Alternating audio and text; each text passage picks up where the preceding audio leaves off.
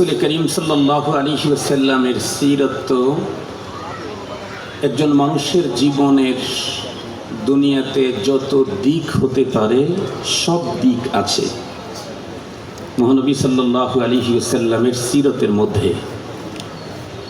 সঙ্গত কারণে পৃথিবীর কোনো একজন মানুষ সে যেই সাবজেক্টেরই হোক না কেন, যে এরিয়ারই হোক না কেন, যে আঙ্গিনারই হোক না কেন, যে মানসিকতারই হোক না কেন, সে যদি নিজেকে তার সাবজেক্টে বিশ্ব সেরা করে করতে চায় তাহলে তার জন্য মহানবী মুহাম্মদুর রাসূলুল্লাহ সাল্লাল্লাহু আলাইহি ওয়াসাল্লামের সিরতের আলোচনার গবেষণার বিকল্প কোনো পথ নেই। যে যেই দিক থেকে বিশ্বসেরা রাষ্ট্রপতি যদি কেউ হতে চায় তাহলে তাকে পয়গম্বরের রাষ্ট্রজীবন তাকে পড়তে হবে, গবেষণা করতে হবে। বিশ্বসেরা মুরিদ যদি কেউ হতে চায় তাকেও পয়গম্বর সাল্লাল্লাহু আলাইহি ওয়াসাল্লামের জীবন চরিত্র পড়তে হবে। বিশ্বসেরা পীর যদি হতে চায় তাকেও পড়তে হবে। বিশ্বসেরা সন্তান যদি হতে চায় তাকেও পড়তে হবে। এই লকব, এই মর্যাদা, এই চেয়ার পৃথিবীর কোনো নবী রাসূলকে দেওয়া হয়নি। খাতামুল আম্বিয়া, এই চেয়ারও আমার রাসূল সাল্লাল্লাহু আলাইহি ওয়াসাল্লামের জন্য স্পেশালি। ইমামুল আম্বিয়া, এই চেয়ার এটাও একমাত্র আমার রাসূলকেই দেওয়া হয়েছে। শুধু তাই না, বরং শাফাতে কুবরা, পরপারের সবচেয়ে জটিল এবং অনেক মর্যাদাপূর্ণ যে চেয়ার সেটা আমার রাসূলকেই দেওয়া হয়েছে। মজার কথা হলো আমরা প্রত্যেকেই জানি পরপারে হাসরের মাঠে সূর্য খুব কাছাকাছি থাকবে, তাপ দিবে অনেক বেশি, কিন্তু সেই জায়গায় তৃষ্ণার্ত হয়ে মানুষ পানি পান করতে চাইলে হাউস শুধু একটা, সেকেন্ড কোনো হাউস নেই। মজার কথা হলো সেই হাউজের নিয়ন্ত্রণটাও দেওয়া হয়েছে আমাদের নবী মুহাম্মদুর রাসূলুল্লাহ সাল্লাল্লাহু আলাইহি ওয়াসাল্লামকে। ইন্না আতাইনাকাল কাউসার। সঙ্গত কারণে পৃথিবীর যে কোনো সাবজেক্টে যদি বিশ্ব সেরা হতে চায় তাহলে মুহাম্মদুর রাসূলুল্লাহ সাল্লাল্লাহু আলাইহি ওয়াসাল্লামের জীবন চরিত, গবেষণা, থিসিস এবং এর উপরে পথ চলা ছাড়া আর কোনো পথ, একটু জোরে বলেন, নাই। তো আমার সাবজেক্ট হলো বিশ্বনবী সাল্লাল্লাহু আলাইহি ওয়াসাল্লাম শ্রমিকের ব্যাপারে পয়গম্বরের চরিত্র, পয়গম্বরের নির্দেশনা, পয়গম্বরের এই অবস্থান কি ছিল সেটা আপনাদের খেদমতে পেশ করা। এ কারণেই আমি সূরাতুল কাসাস সম্ভবত 10 নম্বর আয়াত এখান থেকে আমি তেলাওয়াত করেছি। এখানে আল্লাহ তাআলা একজন মেয়ে মানুষের কথা উল্লেখ করেছেন। একজন মেয়ে মানুষ, তার একটা ঘটনা এখানে বর্ণনা করেছেন। এই জন্য আল্লাহ তাআলা বলেন ক্বালাত ইহদাহুমা। কলা বলেন নাই, কি বলেছেন? কলাত। তার মানে হলো যিনি বলেছেন উনি নারী না পুরুষ? কথা বলেন, নারী। উলামায়ে কেরাম সব বুঝে ফেলেছেন। ইয়া আবাতিস্তাজিলহু, যেহেতু আমার আজকের সাবজেক্ট হলো উজরতের কথা, আজিরের কথা, শ্রমিকের কথা, এ কারণেই আমি ওই আয়াত সিলেকশন করেছি যে আয়াতের মধ্যে আল্লাহ তাআলা শ্রমিকের কথা বর্ণনা করেছেন। একটা মোটা কথা হলো এই পৃথিবীতে আল্লাহ তাআলা আমাদেরকে পাঠিয়েছেন। অতীতেও যারা এসেছিলেন, প্রতিটি মানুষ পৃথিবীতে জীবন চলার জন্য প্রতিটি মানুষকে কাজ করতে হয়েছে। আর কাজ, জীবন চলার জন্য, জীবিকার জন্য কাজ করা, এটা অন্যতম একটা ফরজ দায়িত্ব মুসলমানদের উপরে। কাসবুল হালালে ফারিদাতুন বাদাল ফারাইজ। কোরআনে হাকিমে আল্লাহ তাআলা স্পষ্ট অর্ডার করেছেন, ফাইদা কুদিয়াতিস সালাত ফান্তাশিরু ফিল আরদ ওয়াবতাগু মিন ফাদলিল্লাহ। এই আয়াতের আগে আল্লাহ তাআলা পূর্বের আয়াতে অর্ডার করেছেন ইদা নুদিয়া লিস-সালাতি মিন ইয়াউমিল জুমআহ ফাসআউ ইলা যিকরিল্লাহ। আগের আয়াতে আল্লাহ তাআলা আমাদেরকে অর্ডার করলেন জুমার সালাতের আজান যখন হয় কেনা বেচা দুনিয়ার সকল কাজ বন্ধ করে নামাজের দিকে যাও। এই আয়াতে আল্লাহ তাআলা বললেন ফাইদা কুদিয়াতিস সালাত, নামাজ যখন শেষ হয়েছে এখন মসজিদের ভিতরে বসে থাকার জরুরত নেই, ফান্তাশিরু ফিল আরদ, এখন জমিনের ভিতরে ছড়িয়ে ছিটিয়ে পড়ো। তো ছড়িয়ে ছিটিয়ে কি করব? কি করবে মানে ওয়াবতাগু মিন ফাদলিল্লাহ, আল্লাহ পাকের দেওয়া ফজল এটার অনুসন্ধান করো। এ কারণেই আমাদের রাসূল সাল্লাল্লাহু আলাইহি ওয়াসাল্লাম আমাদেরকে দোয়াও শিখাইছেন। মসজিদ থেকে বের হইতে চাইলে যেন কি দোয়া, বিসমিল্লাহি ওয়াসসালাতু ওয়াসসালামু আলা রাসূলিল্লাহ আল্লাহুম্মা ইন্নী আসআলুকা মিন, আবার একটু বলেন আল্লাহুম্মা ইন্নী আসআলুকা মিন কোন ফাজলি, কিছুক্ষণ আগে যেই ফজলুল্লাহ অনুসন্ধানের অর্ডার আল্লাহ আমাকে করলেন সেই ফজল তুমি আমাকে দাও। এই ফজল বলতে কি আপনারা প্রত্যেকেই জানেন, এখানে ওলামা তোলাবা, সেটা হলো রিজকে হালাল। একেবারে মূল কথাটা বলে দিলাম, রিজকে হালাল। তো রিজকে হালালের অনুসন্ধান করতে গেলে স্বাভাবিকভাবে দুইটা পদ্ধতি আছে। একটা হলো আমার কাজ আমি করে রিজকে হালাল এখান থেকে অর্জন করব, আর একটা হলো আমি অন্যজনের কাজ করে দিয়ে তার মাধ্যমে আমার রিজকে হালালের ব্যবস্থা হবে। আমার কাজ যদি আমি করি সেখানেও শ্রম আছে, তবে আমি অন্য কারো শ্রমিক নই। কিন্তু অন্যের কাজ যদি আমি করে দেই এখানেও শ্রম আছে, তবে এই জায়গাতে আমি শ্রমিক। কথা কি বুঝাইতে পারছি? এক অর্থে যে শ্রম দেয় তাকেই শ্রমিক বলা হয়, কিন্তু আমাদের দেশে পরিভাষাতে আমার কাজ আমি করলে আমাকে শ্রমিক বলে না। আপনার কাজ আমি করে দিলে বিনিময়ে টাকা পয়সা যেটাই হোক একটা নিলে সেটাকে শ্রমিক বলে। এমনি তো স্বাভাবিকভাবে যে শ্রম দেয় সেই শ্রমিক।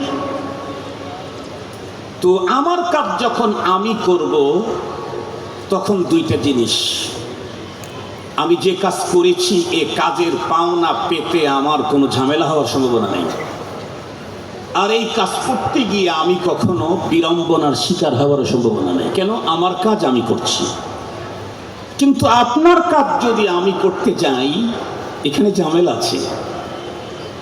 নাম্বার ওয়ান, আমি আপনার কাজ করতে গেলে আপনার পক্ষ থেকে আমি অনেক ঝামেলার মুখোমুখি হতে পারি, এক নাম্বার। দুই নাম্বার, আপনার কাজ আমি করতে গেলে আমার পক্ষ থেকে আপনার কাজেও কোনো ঝামেলা হতে পারে।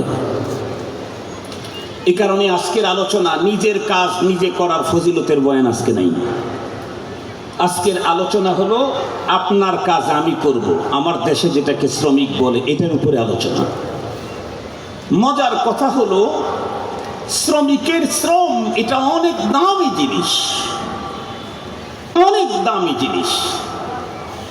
এ কারণেই আল্লাহ তাআলা নবীদের নবী যিনি তাকে দিয়াও শ্রমিকের কাজ করাইছেন। হাদিস খুলেন নবী আলাইহিস সালামের প্রথমা স্ত্রী আমাদের আম্মা জান খাদিজাতুল কুবরা রাদিয়াল্লাহু তাআলা আনহা, ওনার টাকা নিয়ে বিশ্বনবীজি ব্যবসাতে গিয়েছেন, উনি শ্রম দিয়েছেন, আম্মা জান টাকা দিয়েছেন, বিনিময়ে টাকা পেয়েছেন। এটা স্পষ্ট হাদিসে আছে। এছাড়া ইহুদির বাসাতে শ্রম দিয়ে সেখান থেকে অর্থ নেওয়ার কথাও হাদিসে পাকের মধ্যে স্পষ্ট আছে। নবীদের নবী যিনি তাকে দিয়া যে কাজটা আল্লাহ করাইলেন সেই কাজকে ছোট করে দেখার কোনো সুযোগ কোনো মুমিনের জন্য নেই, এটাকে ছোট ভাবার কোনো সুযোগ নেই। আমার একজন খুব কাছের আত্মীয়, উনি একদিন আমার বাসায় বেড়াইতে আসছেন। বাসা ছিল তার রাজশাহী, মারা গেছে, আল্লাহ তাকে জান্নাত দান করুন। আমি কতক্ষণ কথা বলবো আমাকে বললে আমি সেই টাইমে আমার কথা শেষ করবো ইনশাআল্লাহ, যাতে আর একজনের খেয়ানত না হয়, আর একজনের হক যাতে আমার দ্বারা নষ্ট না হয়। তো উনি একটা কাজ করত, মাছের ব্যবসা করত। জি ইনশাআল্লাহ, ইনশাআল্লাহ যথেষ্ট। পরে মাছের ব্যবসা করতো। এখন যে আত্মীয় আসছে ওর হলো হাজবেন্ড, ও চিন্তা করতেছে যে ওনার কাছে আমার হাজবেন্ড মাছের ব্যবসা করে, কথা বললে আমার মান সম্মান চলে যাবে, এই জন্য ও বলতেই দিবে না। তো আমি এক সময় কৌতূহল এমনিতেই জিজ্ঞাসা করছি, ভাই তুমি কি করো? প্রথম আসছে তো পরে বলে ফেলছে আমি মাছের ব্যবসা করি। এই কথা বলতেই ওর ওয়াইফ একেবারে খুব বেশি রাগ হয়ে গেছে। তখন সে আমাকে বলতেছে, ভাইয়া বলেন তো দেখি, আমি মাছের ব্যবসা করি, সে কথা আপনি বলাতে আমার ওয়াইফ যে রাগ হলো, এটা কি ঠিক করলো?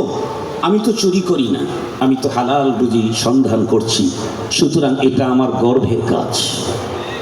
আমি তাকে ডাবল ওয়েলকাম দিলাম, ডাবল ধন্যবাদ দিলাম, বললাম মারহাবা। আমি শ্রমিক, রাস্তার ভিতরে ঝাড়ু দিয়ে খাই, এটা আমার গর্ব। লজ্জা তো তার যে কলমের খোসায় রাষ্ট্রের টাকা লুণ্ঠন করে বিদেশে 400 বাড়ি বানায়। লজ্জা তো ওর, আমার কোনো লজ্জা নাই। আমি ঝাড়ু দিয়ে হালাল তরিকায় ইনকাম করে খাই, আমি বেস্ট। যদি কোনো মন্ত্রী হারাম খায় ওর চাইতে আমি বেস্ট। একজন মুমিন তার চরিত্র, তার থিসিস, তার ধারণা, তার মানসিকতা এমনই হতে হবে। নাহলে ঈমান কি? ঈমান কি? ঈমান তোমরা পড়েছি, আমানতু বিল্লাহি কামা হুয়া বিআসমাইহি ওয়া সিফাতিহি ওয়া কাবিলতু জামিআ আহকামিহি ওয়া আরকানিহি। জামিআ আহকামিহি ওয়া আরকানিহি, শুধুই নামাজ, শুধুই রোজা, শুধুই হজ, শুধুই পাগড়ি, এটা দিয়া ইসলাম? তুমি যে একজন ব্যক্তির উপরে তার ব্যক্তি চরিত্র নিয়ে তাকে ল্যাংটা করে ছাড়ছো, তোমাকে হাসরের ময়দানে ল্যাংটা করে ছাড়বে আল্লাহ। চরিত্র ছাড়তে হবে। আমি খায়রুকুম মান তাআল্লামাল কুরআন ওয়া আল্লামা, কিন্তু আরেকজনের চরিত্র নিয়ে ল্যাংটা করে ছাড়ি। কে অপশন, এই অধিকার কে দিয়েছে তোমাকে? কে দিয়েছে? একজনের অপকর্মের উপরে অবশ্যই কথা বলার পারমিশন আছে শরীয়তে। কারো গীবত বলতে তার কিছু খারাপ কাজের আলোচনা করবার অপশন আছে, কিন্তু কখন? যেই খারাপ কাজের দ্বারায় জাতি আক্রান্ত হয়। আর আমি বলার দ্বারায় জাতি যদি এখান থেকে সেফ থাকার সম্ভাবনা থাকে, তখন তার ওই কাজের উপরে আমাকে তাদের সামনে কথা বলার অনুমতি আছে। একজন ব্যক্তিকে ল্যাংটা করার এই ভয়ঙ্কর সংস্কৃতি কোথায় পেলে দেশের মানুষ? টুপি থাকলেই পরপরে জান্নাত হবে না? টুপি থাকলেই জান্নাত হয়ে যায়? বড় বড় দাড়ি থাকলেই হয়ে যায়? কোন এক বড় মানুষের সাথে একদিন নির্বাচনের আগে আমার এক জায়গায় দেখা, আইবি সাহেব আছে, রাত্রি 3:30 সম্ভবত বাজে। উনি বললেন, মৌলানা আমাকে নিয়ে মানুষ এত কথা বলে, আমি কি করছি? উনি যেহেতু অনেক বড় মানুষ, আমার সিনিয়র, আমি ওনাকে বললাম, হুজুর এই প্রশ্নের উত্তরটা আমি আপনার সামনে দেওয়ার যোগ্যতা আমার নাই, কারণ আপনি সিনিয়র, আমি জুনিয়র। তবে একটা কথা বলি, আপনি যে দল করেন তার চাই আপনার ওই দলের তো মেন আছে, একজন সভাপতি, একজন সেক্রেটারি, তাদের ব্যাপারে তো কোনো আলোচনা হয় না, আপনারটা কেন হয়? এটা চিন্তা করলেই তো আপনি ওখান থেকে বের হয়ে আসতে পারেন। উনি তখন মুশকিল আমাকে বললেন, না আমি তো বেশি কিছু বলি নাই, আমি তো শুধু 2টা কথা বলছিলাম, একটা হলো এই পরিবেশে আর একটা ওই পরিবেশে। এই 2টা কথাই সারা জীবন আমি ওলামায়ে কেরামের সাথে থাকলাম, কওমীদের সাথে থাকলাম, এই করলাম সেই করলাম, জীবনের ঝুঁকি নিলাম, এই করলাম ওই করলাম, মাত্র 2টা জায়গায় 2টা কথা বলছি। আমি তখন মুচকি হাসিতে বললাম, হুজুর আপনি 2টা কথাকে অল্প মনে করলেন, আপনার অতীতের ইতিহাসের চাইতে হাসিনার ইতিহাস আরো অনেক উন্নত। কারণ হাসিনার বাপ বাংলাদেশের স্বাধীনতার স্থপতি, এরপরে টোটাল লাইফ রাজনীতি করেছে, 17 বছর পর্যন্ত একচ্ছত্র মালিকানা প্রতিষ্ঠা করতে সক্ষম হয়েছে। তার তো সব শেষ হলো এক কথা দিয়ে, সেখানে আপনার ডাবল হয়েছে। আমি কি বললাম? তার তো সব শেষ হয়েছে কয়টা দিয়া? একটা দিয়ে। সেখানে আপনি বলতেছেন কয়টা জায়গায় স্লিপ হয়েছে? 2 জায়গায়। তাইলে তো হুজুর রাগ হয়েছে, কম হয়েছে। মুস্কি হাসিতে বলে, মনে জাযাকাল্লাহ। আমি আমার ভাইদেরকে বলতে চাই, ইদানিং সময় আপনি একটা দল করেন, আর একজন আর একটা দল করে। আব্দুল বাসেত খান বাংলাদেশের কোন রাজনৈতিক দলের সক্রিয় নেতাও না, কর্মীও না। সওয়ালে মুকাদ্দারের জবাব দিলাম যাতে কেউ বলে না পারে উনি অমকের দালাল। সওয়ালে মুকাদ্দারের জবাব দিলাম, আল্লাহকে হাজের নাজের যাই না।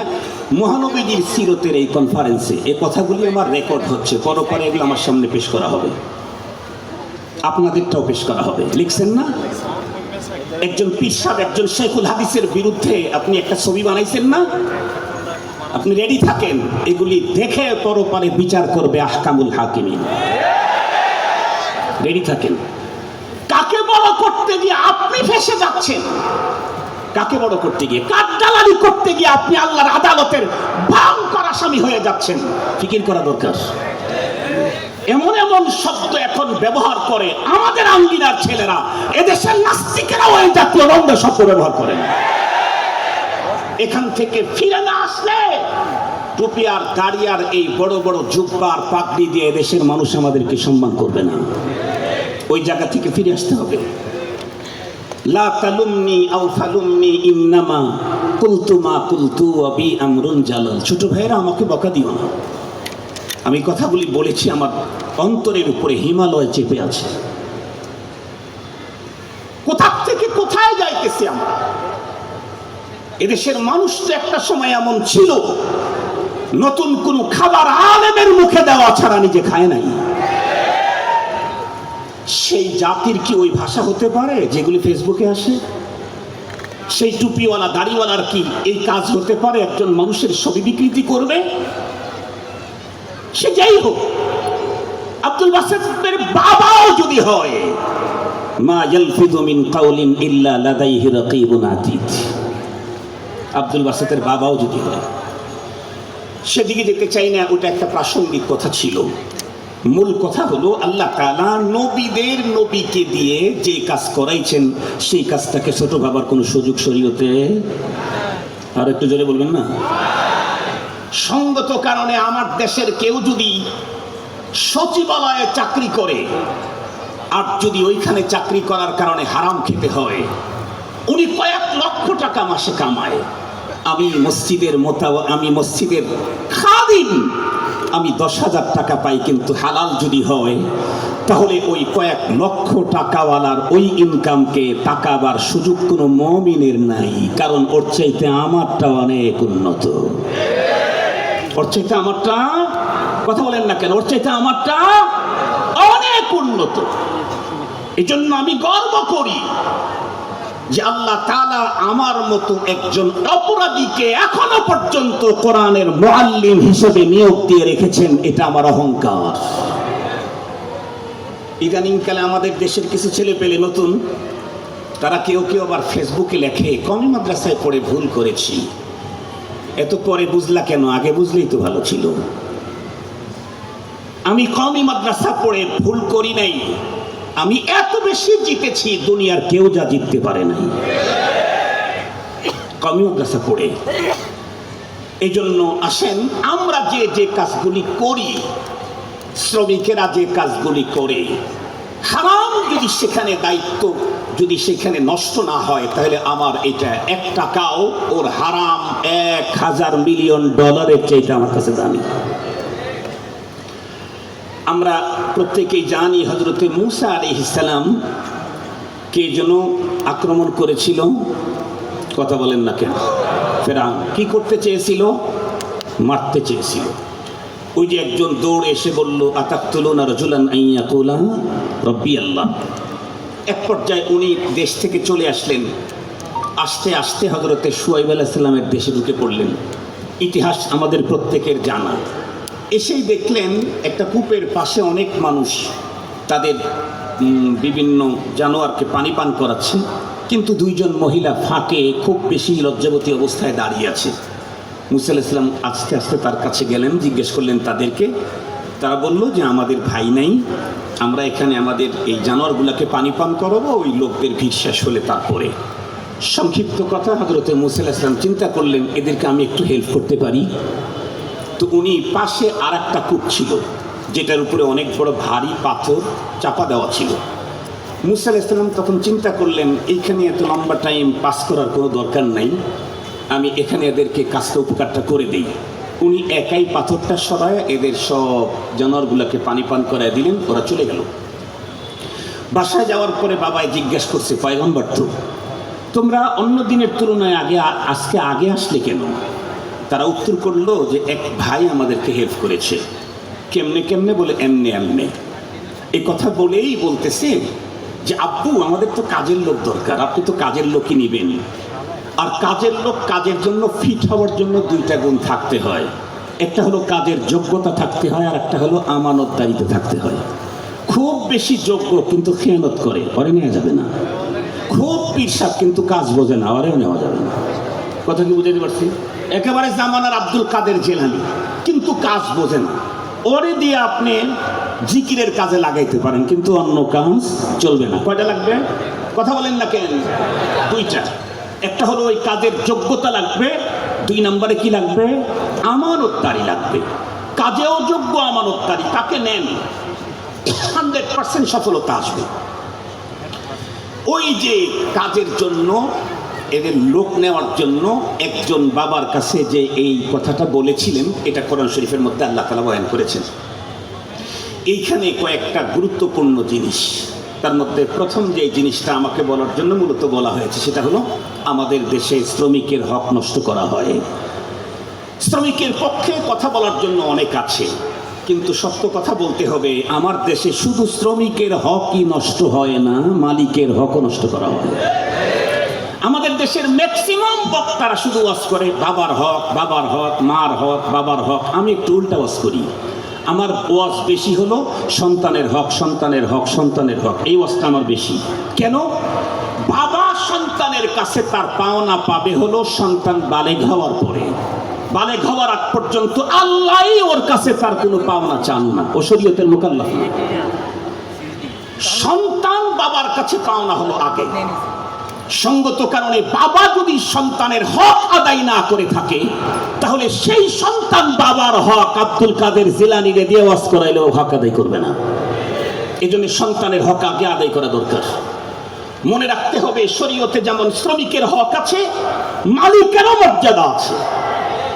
মালিক শ্রমিক ভাই ভাই। কথা বলেন, মালিক শ্রমিক। আরো জোরে বলেন। বিশ্বনবীজি বলেন, ইখওয়ানুকুম খাওয়ানুকুম।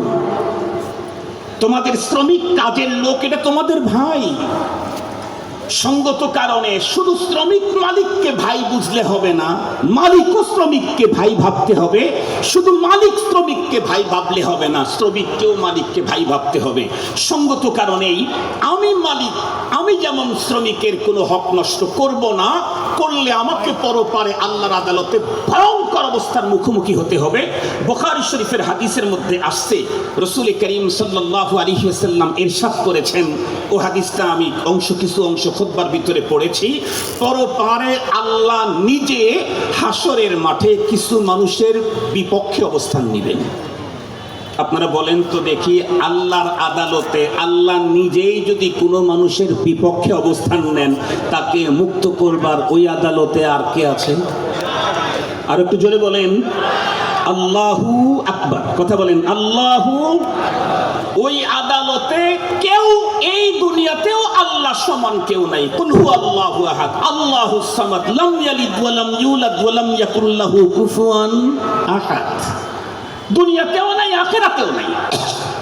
সেই রব যদি হাসরের মাঠে কোনো মানুষের বিপক্ষে অবস্থান নেয়, তাহলে একে মুক্ত করবার আর কোনো সুযোগ কারো জন্যই। তার ভিতরে একটা হলো ওই মানুষ রজুলুন ইস্তাজারা আজিরা। এক মালিক কিছু শ্রমিক নিয়েছেন, একদিনের জন্য, এক সপ্তাহের জন্য, এক মাসের জন্য, কয়েক বছরের জন্য, যেভাবেই হোক। এরপরে মালিক ওই শ্রমিকের কাছ থেকে তার পাওনা পুরোপুরি নিয়েছে, ওয়ালাম ইউতিহি আজরা, কিন্তু তাকে তার পাওনা যেটা কন্ট্রাক্ট ছিল সেটা তাকে দিল না। এই মালিকের বিপক্ষে হাসরের ময়দানে আল্লাহ তাআলা অবস্থান নেবেন কে? কথা বলেন না কেন? সঙ্গত কারণেই মনে রাখতে হবে, অনেক মালিক এমন আছে যেই মালিক টোটাল ফ্যাক্টরিটার জিম্মাদারি দিয়ে রাখছে ম্যানেজারকে। মালিক জানে না কে শ্রমিক, কোন শ্রমিক তার টাকা পায় না, এই মালিক জানে না। সব মেরে দিয়েছে ওই ম্যানেজার। সেই ম্যানেজারকে পরপারে দাঁড়াইতে হবে, আল্লাহ তার বিপক্ষে সেই দিন অবস্থান নেবে। অবস্থাটা কত ভয়ঙ্কর বুঝার জন্য একটা কথাই যথেষ্ট। ইসলাম তো এমন ভ্রাতৃত্ব শিখিয়েছেন। এক সাহাবী নাম মুআবিয়া, বাবার নাম সুয়াইদ। এ করছে কি, তার এক কাজের ছেলেকে একটা থাপ্পড় লাগাইছে। থাপ্পড় লাগানোর পরে তার বাবা সাহাবী যিনি, উনি ওই ছেলেকে ডাকছে, এইদিকে আসো। যেই কাজের ছেলেকে থাপ্পড় লাগিয়েছে তাকেও ডাকছে। ডাকার পরে বলছে, ইক্তাসান, ও তোমাকে থাপ্পড় লাগাইছে না, এখন তুমি অতটুকুন ওজনের থাপ্পড় ওর একটা লাগায় দাও। মালিক তার শ্রমিককে, মালিকের কলিজার টুকরা সন্তান শ্রমিককে থাপ্পড় লাগানোর কারণে মালিক ছেলেকেও ডেকেছেন, শ্রমিককেও ডেকেছেন। কলিজার টুকরা সন্তানকে দাঁড় করায়া গোলামকে বলছেন, শ্রমিককে বলেছেন, আমার সন্তান তোমাকে যেই জোরে আঘাত করেছিল সেম জোরে তুমি এখন তারে আঘাত করো। কেন? দুনিয়াতে এটা দিয়ে শেষ হয়ে যাক, পরপারে আল্লাহ আমার বিপক্ষে দাঁড়াবে, তা কখনো মেনে নেওয়া যায় না।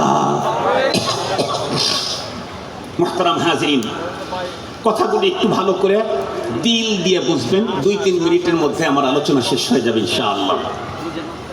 কিন্তু এক মুখা কথা আমরা বলতে চাই না। আমাদের দেশে যেমন শ্রমিকের হক নষ্ট হয়, মালিকেরও হক নষ্ট হয়। বলুন তো দেখি, আমাদের দেশে ফ্যাক্টরিতে আগুন লাগে না লাগে না? শুধু শর্ট সার্কিট থেকে লাগে না শর্ট শ্রমিক থেকেও লাগে? কথা বলেন না কেন? শুধু শর্ট সার্কিট থেকে লাগে না শর্ট শ্রমিকের থেকেও লাগে? শর্ট শ্রমিক বললাম মানে ওই শ্রমিকের কাছে আল্লাহর দ্বীনের ইলম শর্ট আছে, এজন্য ও মালিকের ফ্যাক্টরিতে আগুন লাগাইছে। একটু যদি সে ভাবতো, আমি তো এখানে চাকরি করি, এখান থেকে আল্লাহ তাআলা আমাকে রিজিকের ব্যবস্থা করেন, আমি যদি এই ফ্যাক্টরিটা পোড়ায় দেই, মালিকের গেল, আমার কি গেল না? কথা বলেন না কেন? আমারও কি গেল না? এই জন্য প্রকৃত শ্রমিক যে হবে, সে মালিকের সম্পদকে নিজের সম্পদ মনে করতে হবে। আর প্রকৃত মুসলিম যেই মুসলিম মালিক শ্রমিককে নিজের সন্তানের মতো মনে করে। রাসূল করিম সাল্লাল্লাহু আলাইহি ওয়াসাল্লাম ইরশাদ করেছেন,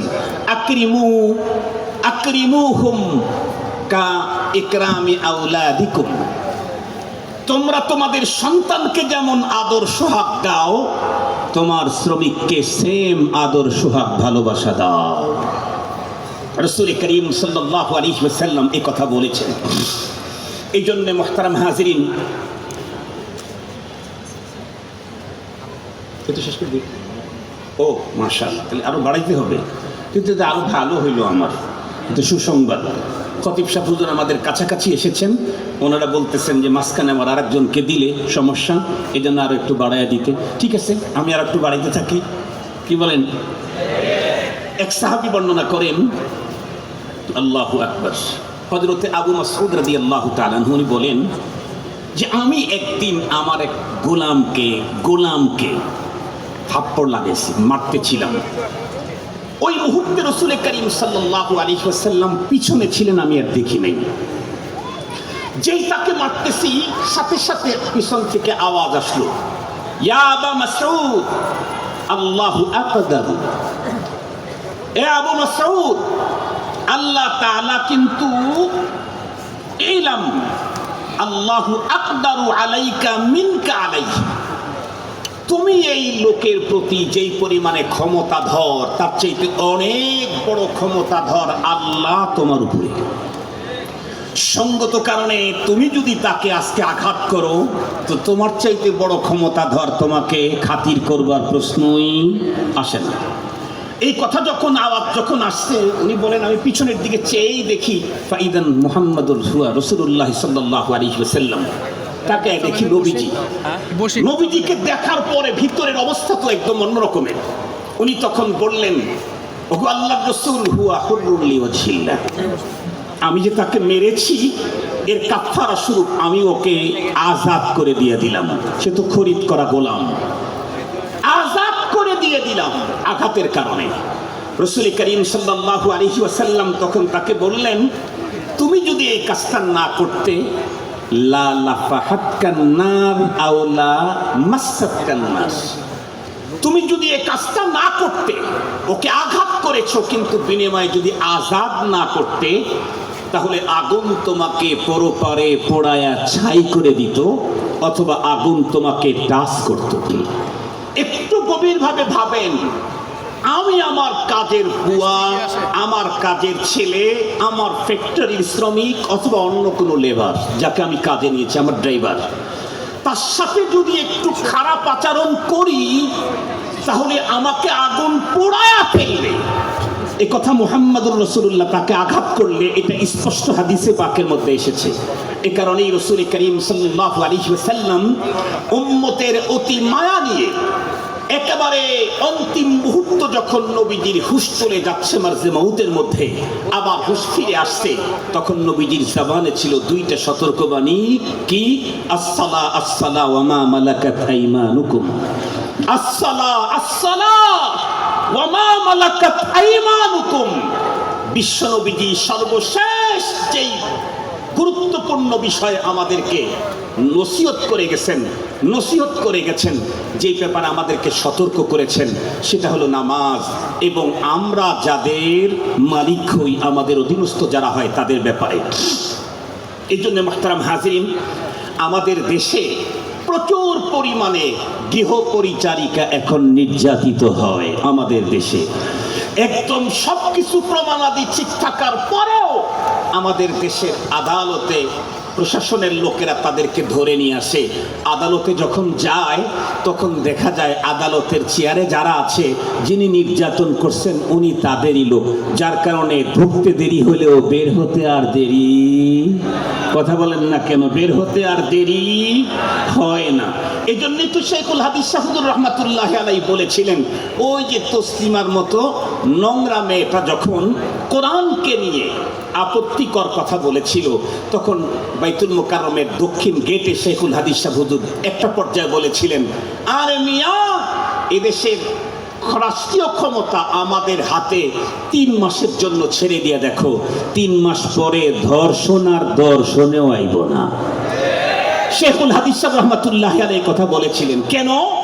কারণ ধর্ষকের বিচার যদি যথাযথ হয়, আলানিয়া ওপেন হয়, তাহলে ভিতরে যৌবনের সাইক্লোন চলতে থাকলেও কখনো হারাম পাত্রে যাওয়ার সাহস পাবে না। এদেশে শ্রমিকদের উপরে নির্যাতনের বিচার যদি যথাযথ হয়, প্রাইম মিনিস্টারের ঘরের কেউ কোনো কাজের বুয়াকে আঘাত করার সাহস পাবে না। এদেশে চুরিয়ার, বাটপাড়িয়ার, লম্পটির বিচার যদি যথাযথ হয়, তাহলে এদেশে চুরি, বাটপাড়ি, লম্পটি একটাও আর দর্শনেও আসবে না। মুহতারাম হাজিরিন, এই কারণে লাগবে হলো পয়গাম্বরী চরিত্রওয়ালা মানুষ। কথা বলেন, কোন চরিত্রওয়ালা মানুষ? পয়গাম্বর এই পৃথিবীর সবচাইতে ভয়ঙ্কর অবস্থাকে উদ্ধার করেছেন।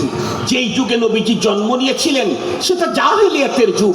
যেই যুগ নবীজি রেখে গেলেন, খায়রুল কুরুনি কারনি সুম্মাল্লাযীনা ইয়ালুনাহুম সুম্মাল্লাযীনা ইয়ালুনাহুম, জন্ম নিলেন পৃথিবীর সবচাইতে ভয়ঙ্কর যুগে, রেখে গেলেন যেই যুগটা, সেটা পৃথিবীর সবচাইতে সুন্দর সোনালীতম যুগ। আমার পয়গাম্বরের অনুপম চরিত্র দিয়া খোদাই প্রেসক্রিপশন বাস্তবায়নের মাধ্যমে মাত্র 23 বছরের জীবনে 650 বছরের বিধ্বস্ত মানবতাকে উদ্ধার করা হয়েছে। আজকে যদি এদেশের গভর্নমেন্ট প্রত্যেকটা সেক্টরে দুর্নীতি মুক্ত রাখতে চায়, অবিচার বন্ধ করতে চায়, আল্লাহর নামের কসম করে বললেও ভুল হবে না, এদেশের প্রধানমন্ত্রী একটা মাত্র কাজ করবে, সব সেক্টরের লোকদেরকে ধরে ধরে পয়গম্বরের চরিত্রের তালিম দিয়ে দিবে। পয়গম্বরের চরিত্রের তালিম দিবে। এজন্য আমি বলি, এখানে দুইটা পথ সবচেয়ে দুইটা পথ আছে, একটা বেশি নিরাপদ। সেটা কি? পয়গম্বরের তালিমওয়ালা লোকদেরকে নিয়ে সব জায়গার মেন চেয়ারে বসায় দেওয়া। তা যদি সম্ভব না হয়, তাহলে যারা গেছে ওদেরকে ধরে ধরে পয়গম্বরের সিরতের তালিম দিয়ে দেওয়া। এটা হলো সেকেন্ড। পয়গম্বরের তালিম আর সিরতওয়ালা লোকদেরকেও বসাবে না, যারা বসে আছে তাদেরকেও পয়গম্বরের সিরত শিখাবে না। তাহলে কিয়ামত পর্যন্ত 1000 বার তারেক রহমান সাহেব মৃত্যুর পরে জন্ম নিয়েও এই দেশটাকে দুর্নীতিমুক্ত করা সম্ভব হবে না, এটা জিন্দিগিতেই হবে না। এই জন্য আজকের জাতীয় সিরাত কনফারেন্সের এই সমাবেশ থেকে সরকার মহোদয়ের কাছে আমাদের আবেদন, কত কিছু না পড়ান, লেলিনের অমকের তমকের আলমাস কালমাস, তারপরে সাদা মাছ, তারপরে কালো মাছ, কত কিছু পড়ান। পৃথিবীর সবচেয়ে সেরা মানুষ শুধু মুসলিমে কথা বলে নাই, ডি100 খ্রিস্টান লিখেছে, সেও পয়গম্বরের নামটা প্রথমে দিতে বাধ্য হয়েছে। সেই মানুষটার লাইফ হিস্টোরি, তার সিরত পড়াবেন না আর সুন্দর মানুষ আপনার দেশে আপনার তৈরি করবেন, এটা জীবনেও কোনোদিন সম্ভব হবে না। এজন্য আমাদের কথা হলো প্রত্যেকটা সেক্টরে মহানবী মুহাম্মদুর রাসূলুল্লাহ সাল্লাল্লাহু আলাইহি ওয়াসাল্লামের সিরতের উপরে গবেষণা, আলোচনা, তালিম, তাআল্লুম চালু করলেই খুব অল্প টাইমের মধ্যেই এদেশের মানুষের রুচি, এদেশের মানুষের চয়েসের মধ্যে ইনশাআল্লাহ অস্বাভাবিক ইনকিলাব পরিলক্ষিত হবে। আল্লাহ আমাদেরকে তৌফিক দান করুক। তারা যদি রাষ্ট্রীয়ভাবে না করে, আমাকে তো করতেই হবে। কথা বলেন না কেন? আমাকে করতে হবে না? বর্তমান সময়ে সবথেকে বেশি কমপ্লেইন যেটা আমাদের কাছে আসে, দেখেন যারা কবিরাজি করে তাদের কাছে জিন, ভূত, কালোবান, সাদাবান, জাদু এই জাতীয় লোকগুলা যায়। যারা ওয়াজ করে তাদের কাছে কারা আসে তো জানেন? যারা ওয়াজ করে এদের কাছে আসে, হুজুর স্ত্রী কন্ট্রোল মানে না, এই অবস্থা করেন। হুজুর ছেলে কন্ট্রোল মানে না, এই অবস্থা করেন। হুজুর শ্রমিকেরা মালিকের ফ্যাক্টরি পোড়ায় দেয়, এই অবস্থা করেন। হুজুর মালিক শ্রমিকদেরকে খাবার দাবার দেয় না, এই অবস্থা করেন। তার মানে যত সমস্যা সমাজে আছে, এই জাতীয় সমস্যা সলভের জন্য প্রকৃত খতিব যারা, তাদের কাছে অনেক মানুষ এসে বলে। তো আমাদের কাছে যে কমপ্লেনটা বেশি আসে তার মধ্যে এখন একটা ভয়ঙ্কর রূপ নিয়েছে, করোনার চাইতেও ভয়ঙ্কর রূপ নিয়েছে। সেটা হলো সন্তান কর্তৃক পিতামাতার উপরে টর্চার। আমার কথাটা মনে হয় বুঝেন নাই। কে কর্তৃক টর্চার? কথা বলেন। সন্তান, পুত্র অথবা পুত্রবধূ। এই পুত্র অথবা পুত্রবধূ কর্তৃক পিতামাতার উপরে টর্চার। বাবার গাড়ির অভাব নাই, বাড়ির অভাব নাই, সব আছে, কিন্তু বাবা সিরিয়াস টেনশনে সময় পার করে। কেন? মনে করে না জানি কখন আমার পুত্র অথবা পুত্রবধূ আমাকে আমার ঘর থেকে বের করে দেয়।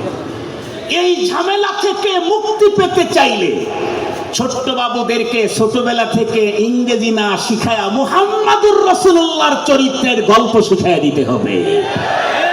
ছোট্ট থেকেই সন্তানের মেধা মস্তিষ্কের ভিতরে পয়গম্বরী অনুপম চরিত্রের শিক্ষা দিলেই বাবা নিরাপদ থাকবে, খালা নিরাপদ থাকবে, সমাজ নিরাপদ থাকবে, রাষ্ট্র নিরাপদ থাকবে। আল্লাহ আলোচিত কথা বুঝবার, এর উপরে আমল করবার তৌফিক দান করুক। ওয়া আখিরু দাওয়ানা আনিল হামদুলিল্লাহি রাব্বিল আলামিন। আসসালামু আলাইকুম ওয়া রাহমাতুল্লাহি ওয়া বারাকাতুহু।